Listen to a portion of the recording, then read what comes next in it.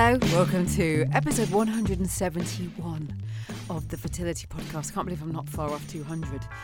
How are you? I'm Natalie Silverman, your host, looking out at some blossom on a sunny Sunday as I record this intro. I'm not pacing the streets this time. I hope wherever you're listening, you've had some glorious weather, because we have in the UK, and apparently it's going to turn, which is so annoying because it literally puts a spring in everybody's step. But it's still February. We're all getting ahead of ourselves. The daffodils are completely confused. Anyway, I wanted to just give you a little overview. If this is your first listen, the Fertility Podcast is for you if you're just wanting to understand more about things that you can do on your route to parenthood. Maybe you've been listening for a while, as I've been getting some amazing emails. Thank you so much for taking the time to tell me what you think of this podcast, whether you do it on my Facebook page, which is the Fertility Podcast, or via my social channels, which on Twitter and Instagram are @FertilityPoddy. I really find it just so humbling when you tell me that the podcast has been helpful, especially when you say you've been listening for some time. And I know that there's so many more podcasts to take up your time, and it is time consuming to dedicate this much of your ear holes to someone like me chattering away about something that I hope is of relevance. So never underestimate what that means to me to hear from you. I wanted to let you know about an event that I'm involved with, which if you are anywhere in the north of the UK, I've joined up with a group of brilliant people. We've made a little gang called Talk Fertility. And on Saturday, the 23rd of March, we're doing an evening event. It's the first evening of the fertility show in Manchester, which you've probably heard me talk about the fact that I'm hosting the Let's Talk Fertility stage over the 2 days.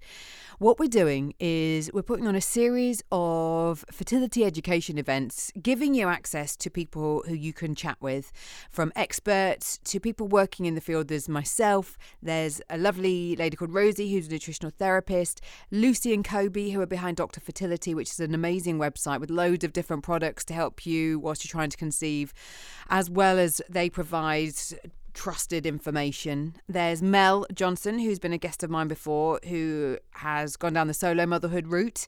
And we're working with Manchester Fertility, which is a clinic based up here. They're going to bring some of their experts. And what we really want to achieve is the amazingness that happens in the online space, but in person. So I'm sorry if you're not nearby. We are doing a number of these events, though, over the coming months. But if you are and you'd like to come, we're going to be serving some fertility-friendly food and a drink. So that's all within your ticket price. And it would just be ace to get to meet you. So check out the show notes at the end of this episode, because I will be putting the link to Eventbrite where you can get hold of the tickets. And tell your friends, bring your friends. It's going to be really relaxed. Don't feel intimidated by this. We just want to kind of show you that there is support, face-to-face support for you that's accessible. And hopefully, you'll meet some other people who just get what it's like. Bring your partners. Just know you're not alone. That's the main point of all the work I'm doing, really, is to give you that companion, to be that pal, if you feel you can't tell anybody what's going on. Now, we're currently in my alternative parenting series for the podcast. I hope you've listened to some of my previous episodes. And we are going to be hearing today from Michael and Wes, who have a website called Two Daddies. They're two gay guys who have had a baby through surrogacy. They're about to have their second. And they are doing a huge amount of work to raise the profile of surrogacy as an option, predominantly in the UK. But wherever you are listening, if you're thinking about going down the surrogacy route and you're in a same-sex couple and you're wanting to know how to go about it, then these guys will talk you through what happened with them and give you lots to think about. And there's so much on their social channels for you to go and read and find out more about. Before we start the show, though, this podcast would not happen without the support of my sponsors. So here's a bit about them. This podcast is sponsored by International Andrology, who specialise in diagnosing and treating male infertility. Around 50% of infertility issues are male factor, and all too often, men aren't even evaluated at the start of a fertility journey, which might result in unnecessary treatments, costs, and disappointment. International Andrology is one of the few specialist clinics in the UK offering a holistic approach to increase your chances to conceive naturally or via the IVF route. As well as treating the underlying causes of male infertility, their doctors have some of the highest success rates in microsurgical sperm retrieval. So, if you're looking for a true specialist to assist you on your fertility journey, visit london-andrology.co.uk today and do mention the Fertility Podcast. Bud Fertility Supplements have been created to support you in your pursuit of parenthood. Whether you're just starting out or have been trying to conceive for a while, Bud's innovative vegan formulas contain adaptogens, minerals and vitamins proven to support vital aspects of reproductive health and function. Go to littlebud.com and use the code FP20 to receive 20% off your order. So go forth and multiply. So I'm really chuffed to welcome Michael and Wes to the podcast, to my alternative parenting season. Guys, welcome. Hi, how's things? Good. We're talking on a Saturday afternoon ahead of your trip to IKEA. We've had lots of juggling of dates, so I'm delighted to have been fitted in because it's all kind of pretty busy with where you guys are, which we'll talk about more, exactly where you are on your journey. Thank you for finding time to fit me in before you go into Flat Pat Furniture Land. I appreciate it. No problem. Any distractions are welcome. I want to just really talk about your journey, the brilliant work you're doing, the communities that you've created. I know, Michael, that you're the driving force. You're the man with the phone in his hands, to your own admission.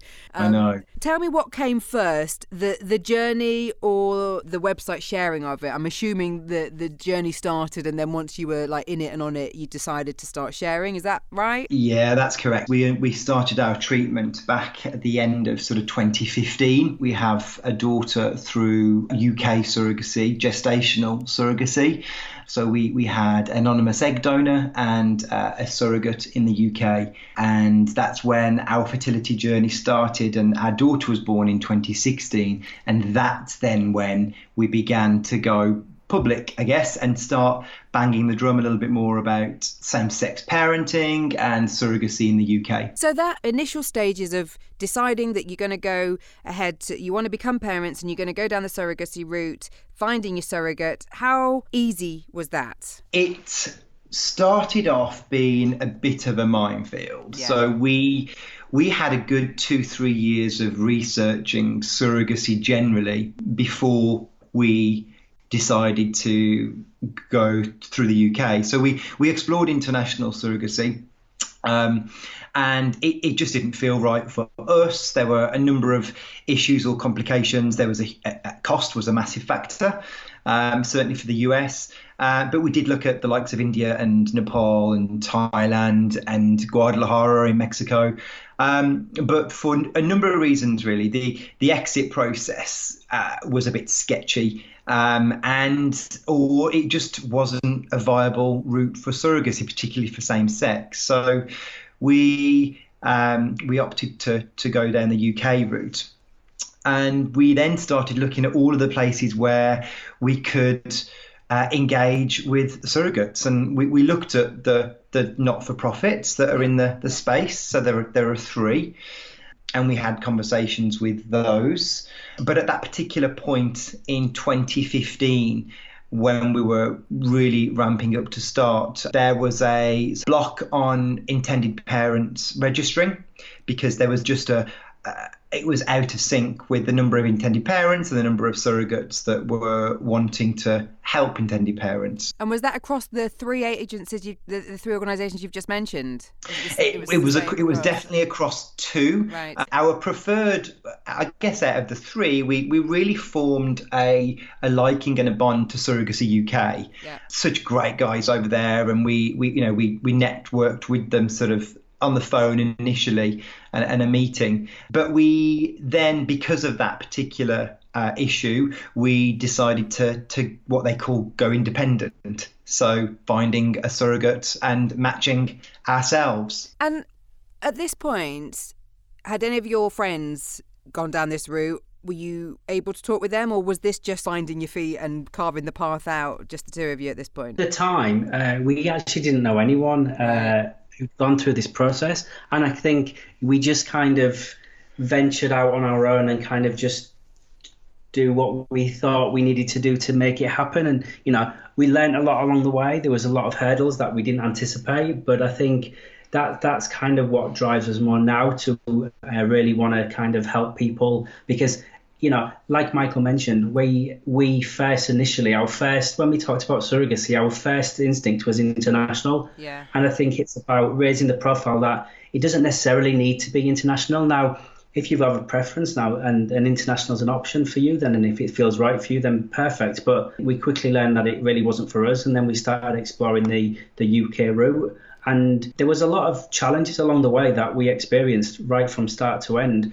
We managed to get over all of them, and it shaped how our journey was. But that's really one of the driving forces for trying to help people post our journey, to try and help make sure that people don't have to encounter some of the challenges we had. And of course, going down our next journey, we're much wiser and a lot more experienced. So we're hoping that this one will be a little bit more smooth sailing, shall we say. Yeah, well, let's hope so. I mean, in an earlier episode in this particular series, I spoke to a brilliant lawyer called Lois, who talks about some of the issues that can happen when it comes to surrogacy law. She was talking about fertility law not being fit for purpose. And I know that there's been constant efforts to reform surrogacy law. You've been involved. Let's talk a little bit about, because I want to hear about some of the challenges, but let's just talk a bit about your involvement. You're in Parliament.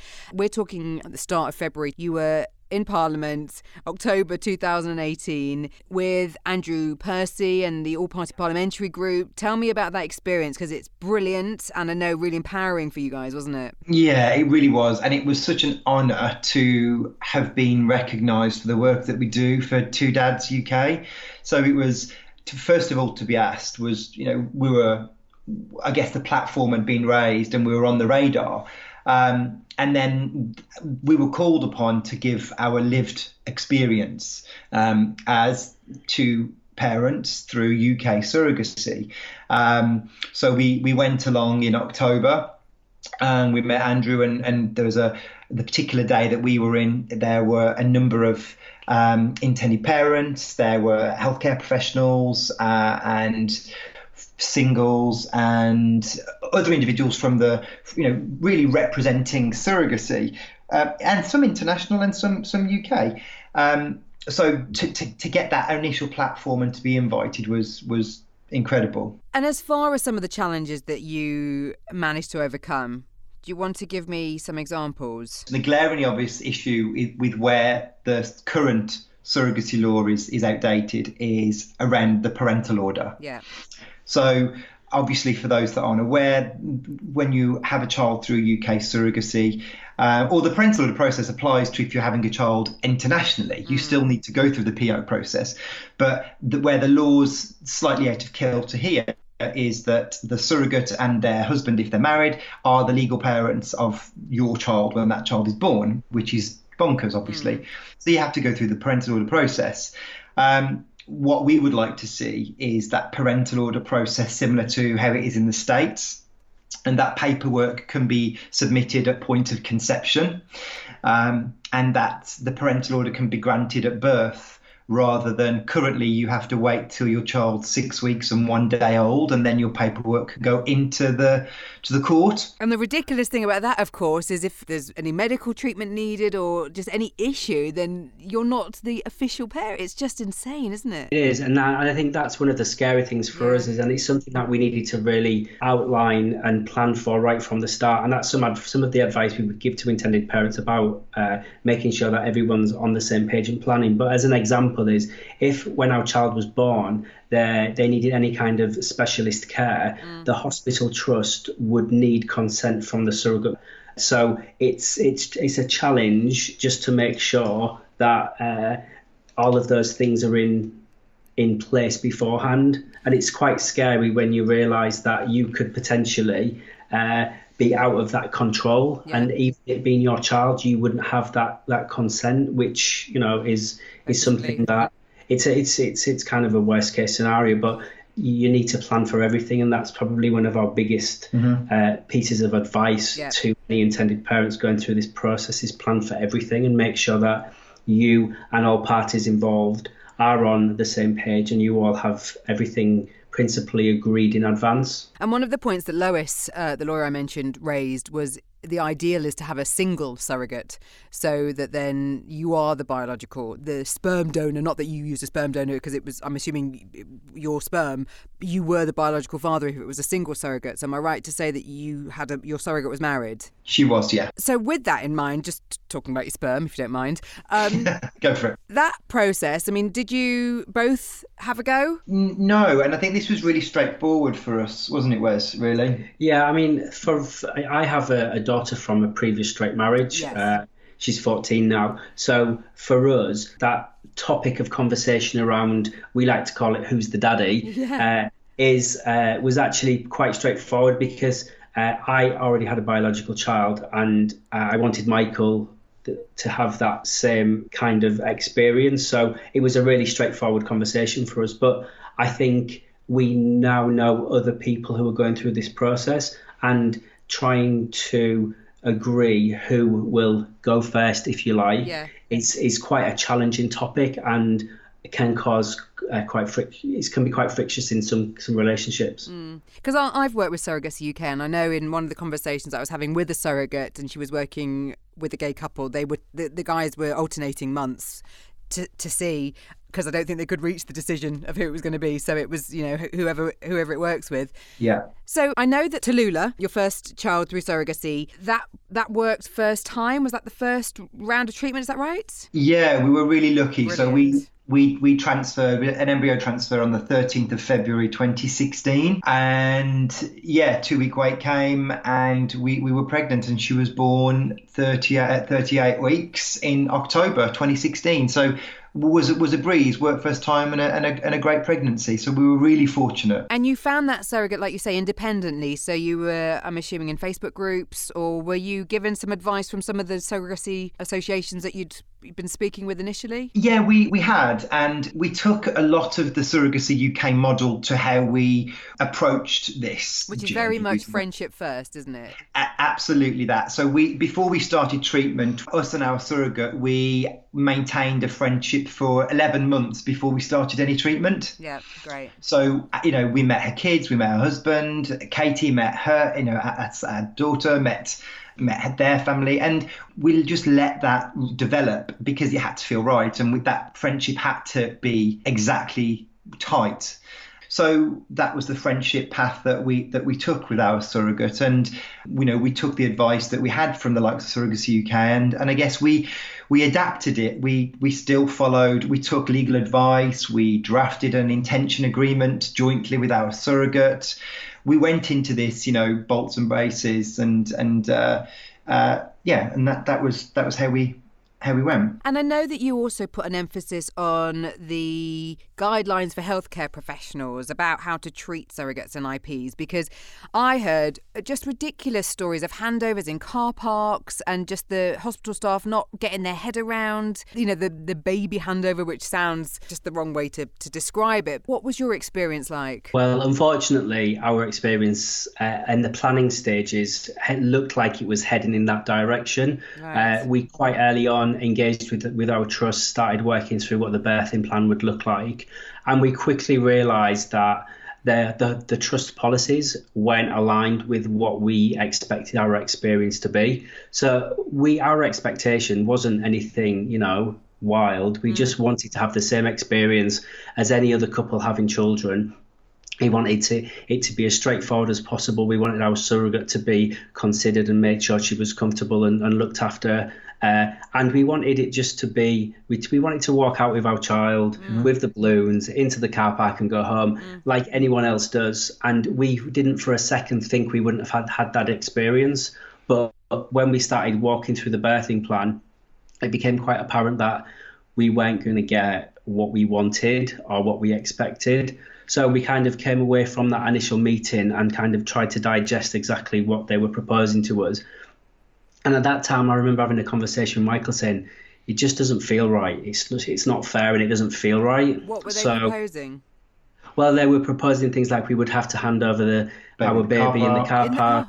God, it frustrates off hospital me so premises. much. Like it's this naughty, sordid thing. It's insane. Yeah, it was, and there were a number of things really, just with our presence on the maternity ward. I think that people don't realise that there are some little things to us that are really important that may seem quite insignificant to other people. So, for instance, for us, the name tag of our child being in our name when that baby's born was really important for us. For them, it just didn't see, it had to be, the surrogate's name and the baby. And we were like, but that's not, that won't be our baby's name. So although it seems quite trivial things, some of these things are really important to us. And it's things like us having access to our child straight after. And things like, in theory, because our surrogate had an elective cesarean, we weren't at that point able to see our child being born, which, now we look back on it, it's not fair. I mean, fortunately, when the birthing plan that we agreed was that we'd be in the side room and then our surrogate's husband would bring the baby through to us. And that's our first contact. But what happened was when our surrogate went into labour and she was being prepped for surgery, she asked the surgeon if we could come in and see it, which we didn't expect, and we agreed. But we were allowed into theatre and we saw Tallulah being born, which was an amazing experience, and one we'll never forget and we're grateful for. But on the top side of all this is when we left that initial planning meeting around our birthing plan and we said to each other this wasn't right, we then took legal advice. And what happened as a kind of a consequence from that is that our legal team did intend to sue the trust on grounds of discrimination because there were multiple points at which they were discriminating against us. I mean, it's really good to hear that you had really kind of methodically thought it through. You sought advice, which is the advice that Lois gives, is to really be clear at the outset of every eventuality so that, you are covered. And to be bold enough to stand your ground. And I know that's a big part of the work that you're doing now, is to help others overcome these challenges, which sadly do continue. From that experience, you're now in a very exciting place where you're expecting your second child through a surrogate, so you'll be third in your family. Are you working with the same surrogate? We are, yeah, same surrogate. She always agreed when we had Tallulah that she would want to do a sibling journey for us. Right. Yeah, that's just tremendous. So this time it was Wes's turn. This pregnancy is biologically Wes's, whereas Tallulah was mine. So great that we're so lucky and fortunate to be pregnant again after a failed transfer last summer. This transfer was successful, that took place in December. Sorry guys, 1 second. I've just got a little visitor. Can you come and say hello? I want something else. Come and say hello first. This is Michael and Wes. Say hello. I want to. Say hello to them. No, he's not playing ball. I want something else. Has Dumbo finished? Yeah. Already? Yeah. Can you just give me 1 second, guys? Yeah, sure. Quickly just change the channel. Yeah, go for it. Just a brief interlude there, a bit of behind the scenes of what happens when you try to record a podcast episode on a Saturday. Right, let's catch up with the guys again. So it was a failed embryo transfer, so you got to that point and then it didn't take. Yeah, so this time around, obviously, we've used Wes's sperm, same surrogate. We started on this journey sort of last year, didn't we? Start of the year. Yeah. And then we had a transfer in June, and unfortunately that didn't take. So we took the decision to have a little break. We had a sort of 4 months out, and we changed clinics. We moved our clinic to a London-based clinic. We were with a Manchester-based clinic, and we then continued our treatment, had our eggs all retrieved and fertilised, we had some good results there, and then we transferred in December, and then our 2-week wait fell on New Year's Eve. Wow. I know, but we got the pink line that everyone wants, which was fantastic news. The second time around, you've obviously been down this journey before, but you had success first time. And so what kind of support or how were you feeling, when it didn't work? Because obviously, you've got your own disappointment, but I'm assuming that there's that responsibility of the welfare of your surrogate. And I thought I read something about it being near her 40th birthday at the time, or was she about to turn 40? Yeah, it was her 40th birthday actually last month. January, yeah. And I think because we'd been so fortunate with our first attempt and Tallulah as the result of that, I think we expected it to be as straightforward as the other, as Tallulah was. So I think we were actually quite obviously disappointed, but I think we just expected it to work because we'd got it first time previously. Mm-hmm.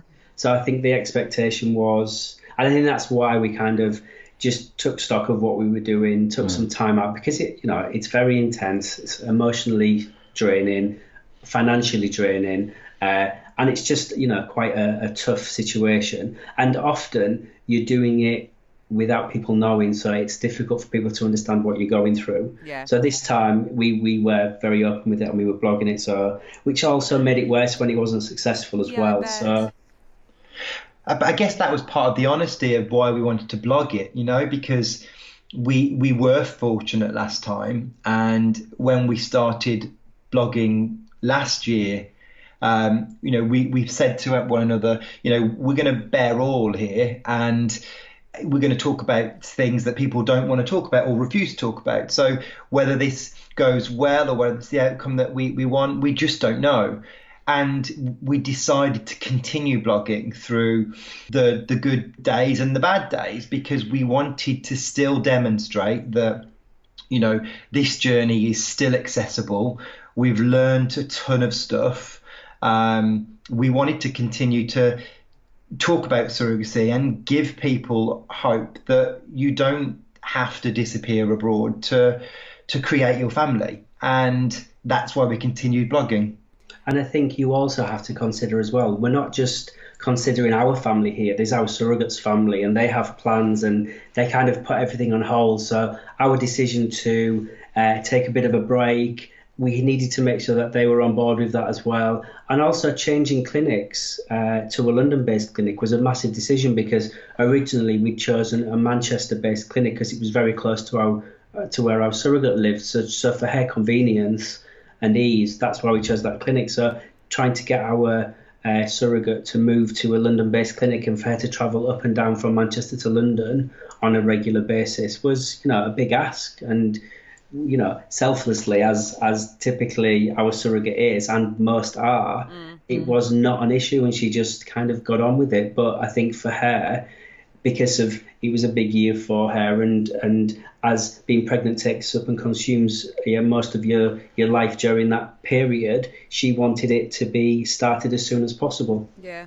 and your decision to change clinics, and by all means, I don't want you to kind of name names or anything. Well, I know it's quite publicly on your documenting of it, but was there main reasons for it?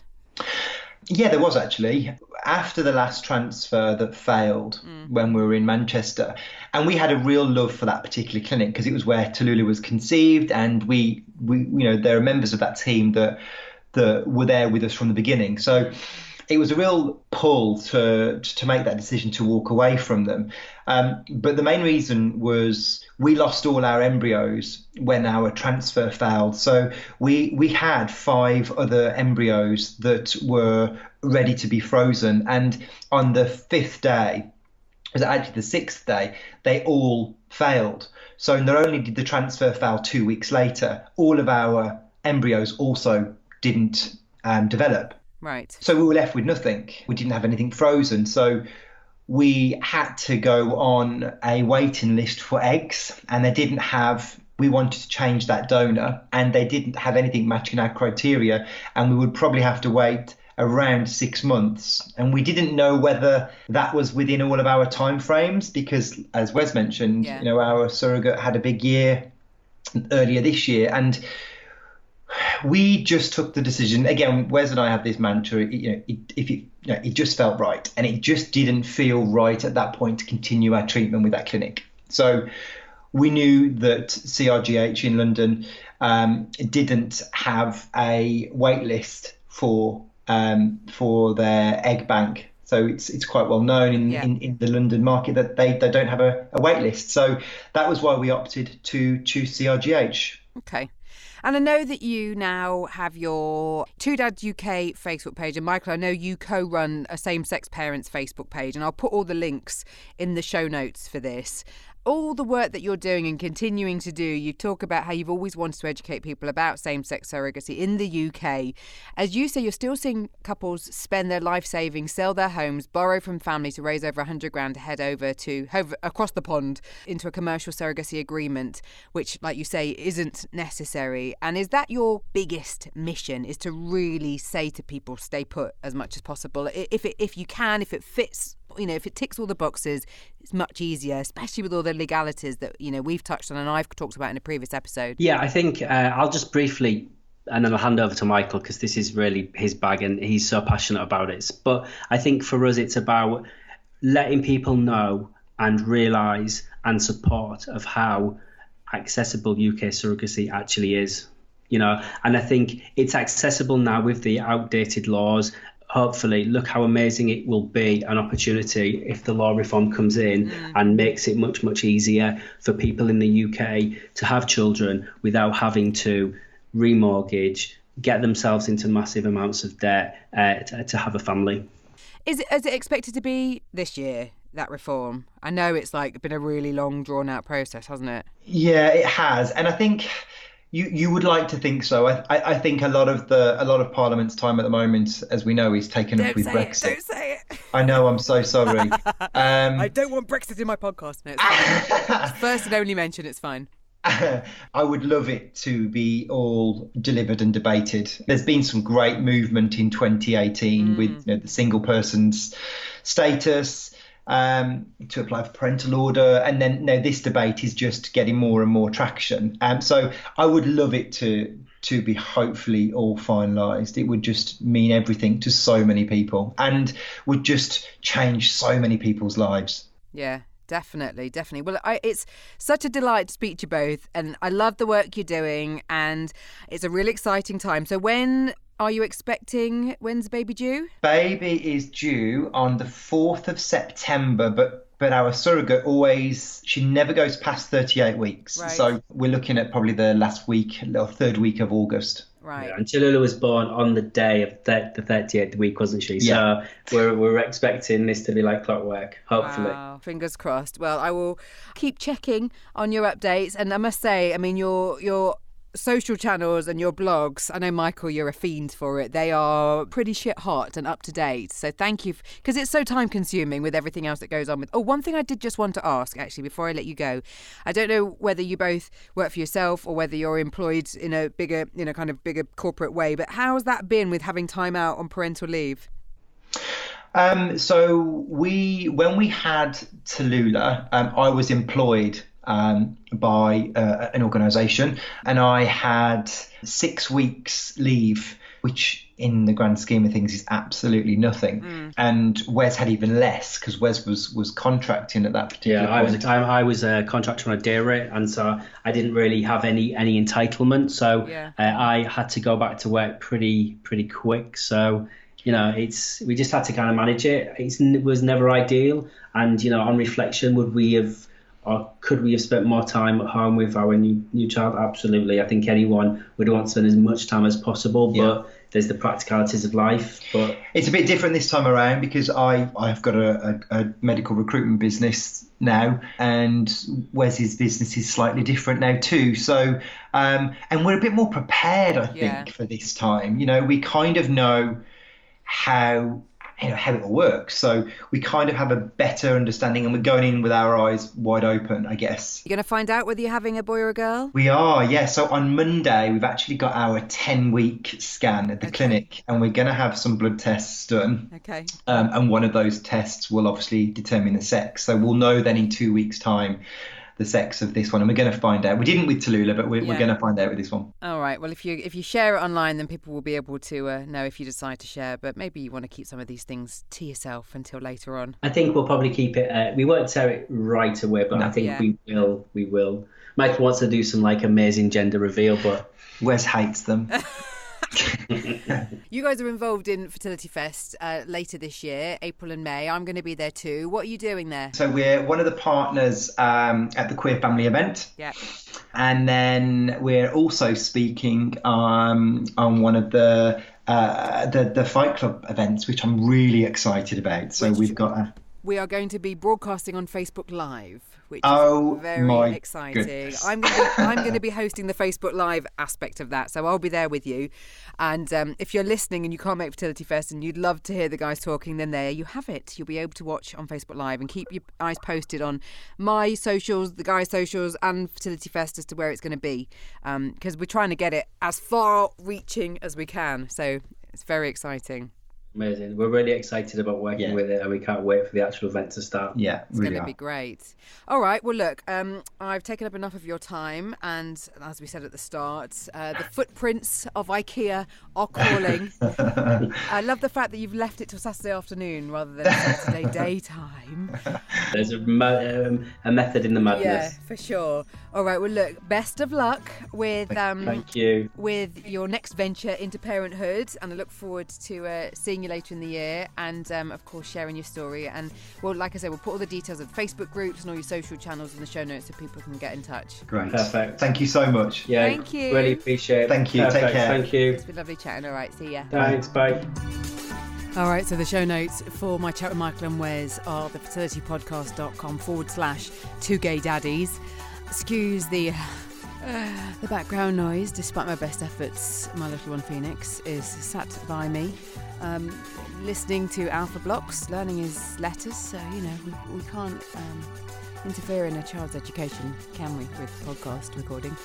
Go and check out the show notes, where you'll also find details of the event I mentioned and the Eventbrite link to get tickets. It'd be amazing to have you there. Also, I wanted to remind you of another project that I have going on, which is the Ultimate Fertility Guide. It's a directory of all different fertility services, where I've been trying to get the fertility industry kind of listed in one place, and then I've been creating video interviews with people to give you other ways to understand what they're doing. So if you're up for watching stuff as well as listening to stuff, the Fertility Podcast has a YouTube channel. It'd be amazing to get you to subscribe, because I've just kind of started it and really want to grow it. And I'm putting more and more of these 5-minute Q&As with experts. And if there are questions you have that you'd like me to ask people within the guide, there's clinics, there's products, there's support organisations, there's coaches, there's natural fertility therapists. Please do let me know, because the whole point of what I'm doing is trying to get your questions answered in the best way that I can. So email Natalie at thefertilitypodcast.com. If you get the chance to rate and review this podcast via your favourite podcast app, thank you. That would be awesome. And until the next time,